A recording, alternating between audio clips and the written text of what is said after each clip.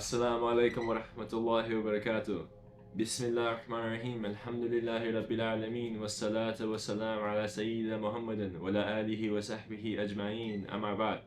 Thank you guys so much for tuning in today, and I'm really happy with how far you guys come inside these fasts in Ramadan. You know, many days have passed already, and I'm sure you guys are doing amazing. And for those of you who tuned into the Prophets for every single episode, just know that we're nearing the end, and I hope that you guys gain a lot of knowledge from it. And inshallah, today we're going to be talking about Prophet Yahya alayhi salam. And Yahya, he was the son of Zakaria, and his birth was actually a miracle, because Zakaria's wife was barren. She was unable to have children. But Zakaria alayhi salam made dua to Allah, and of course, dua to Allah, He can make the impossible possible, and He can make the possible impossible. And that was when Yahya was born. And it's a special name because it was given to a newborn by Allah, and that name wasn't used by anyone before, Yahya. Now, he was a special boy. All the other children used to play around and just have fun and all that stuff, but Yahya, he sought knowledge and wanted to expand his mind, and partake in activities of those types. Now, many of the other children will also cause harm to the animals, and the animals are always distressed. They're always be causing harm to the animals. But Yahya was more mature for his age. He never laid a finger on the animals. He showed them nothing but kindness. He often shared his food with the animals, sometimes leaving himself with nothing but the leaves and the fruits. So he was a very nice kid. There was no limitation to his kindness, you know? And when he grew older, Allah called out to him and told him, "Oh Yahya, hold firmly to the scriptures." And back then the scripture was the Torah. This was what he was following, right? But we don't believe in the Torah anymore. We believe in the Quran because the Torah has been corrupted. Now, from a young age, Yahya was given the gift of maturity. And with the gift of knowledge given to him as well, he became the wisest and most knowledgeable man of his time. His wisdom and intellect deepened with his age as well. Now, he showed lots of mercy to Allah's creation. He was dutiful to his parents, he was nice to the animals, and Allah allowed Yahya to counsel people on various matters when it came to the religion. He found peace and comfort in nature and often slept in caves, mountains, fields, or holes in the ground. He loved nature. He was a man of nature and animals and stuff of that sort.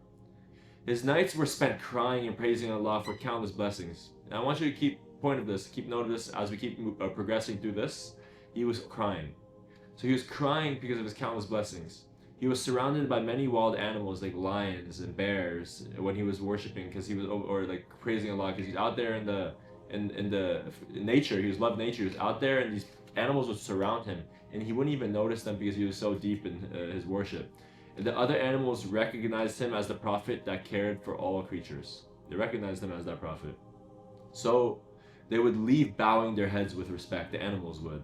He only found comfort with the animals around him and not the people. Now, after Zakaria didn't see his son, for Zakaria, the father of Yahya, didn't see his son for 3 days, he went in search of him. Started searching, where could he be? And eventually found him resting in a grave. There's a grave, he's in the grave resting. Which Yahya dug himself. And Zakaria said, "My son," like imagine we see our son just in a grave resting, you know, we'd be like, "Oh man, my son got spiritual," you know?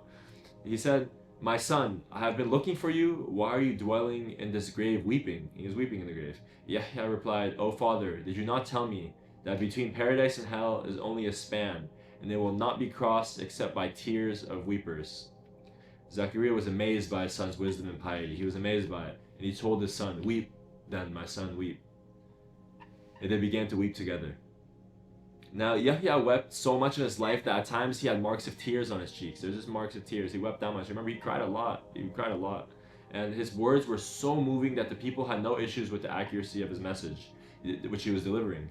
No one really ever questioned him because of his moving words. He got a way of moving his words, and people weren't just always questioning him. Whenever Prophet Yahya called out to his folks to worship Allah, he made them weep in their love for Allah. And these were the people that followed the Torah at the time. Now we're going to switch gears here from what type of person he was, how much he cared for the animals, and the animals bowing to him, and his message being very moving, to a time where there was a tyrant. Now, there was a tyrant at the time. His name was Herod Antipas. He was a tyrant, and he was a ruler of, go ahead and guess. I'll give you guys 1 second, pause the video, guess. That's correct. He was the ruler of Palestine. He was in love with a woman named Salome. Salam Salami. One of those was the name. I can't remember exactly off the top of my head exactly. Salam or Salami. But he was his brother's daughter. So his brother's daughter, right? So his Herod Antipas's brother's daughter was Salome, and he was in love with her. Now, however, during this time, it was seen as a sin. No one dared to challenge the king. Even his mother approved of it, and the learned men also approved of it out of fear or to gain favor from the ruler. Now, Yahya wasn't afraid. He was one of those that were not afraid. He immediately rebuked this. And when he heard of this, he became infuriated, and he said that such a marriage is sinful, and he would not approve it under any circumstance. It is sinful because it went against the laws of the Torah. It's sinful. So now he's like, man, it's the only person kind of saying no to it. Everybody else is kind of like being like yes men and stuff like that, you know? So Salome was angry. She was furious because it was her ambition to rule the kingdom with her uncle. She wanted to rule the kingdom and get married, rule the kingdom with her uncle. She plotted to achieve her goals. She made plots, right? So she took her beauty to her advantage and decided to dress attractively, super attractively, sing and dance before her uncle, right?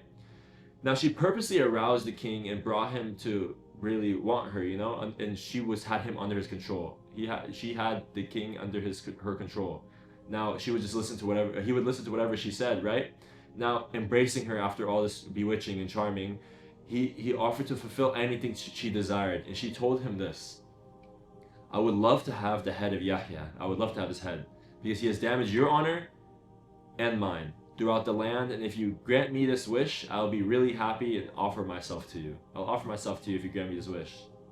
And once he was bewitched by her charm, Yahya was then executed. He was executed and killed. And his head brought to Salome, and she just cheered with delight about his head being brought. She cheered with delight. But the death was avenged. This death, Allah will not leave this to be. His death, Prophet Yahya's death was avenged. Not only her, but all the rest of the Bani Israel were punished by invading armies which destroyed their kingdom. Now, what lesson can we derive from this? We derive a lesson of be kind to the animals, be nice to the animals, really be nice to nature, spend time in nature, ponder upon Allah's creation. Because just like Prophet Yahya, when you're in Allah's creation, you weep, you just see the beauty of it, you get more thankful, you see how big the world is in front of you, and you stop taking things so seriously. You just failed a midterm or something like that, or you just didn't do too well on finals, your classes didn't go the way they did. Sit down, reflect, sit down at Glider Port or something out there for those UCSD students. Sit and look across the water, just look and think, wow, my problem is so little compared to this vast ocean in which Allah has created me. So spend time in nature, ponder. Don't get too drawn into the people and what they do by hurting the animals and trying to have fun. Seek knowledge and expand on it. Do that as well.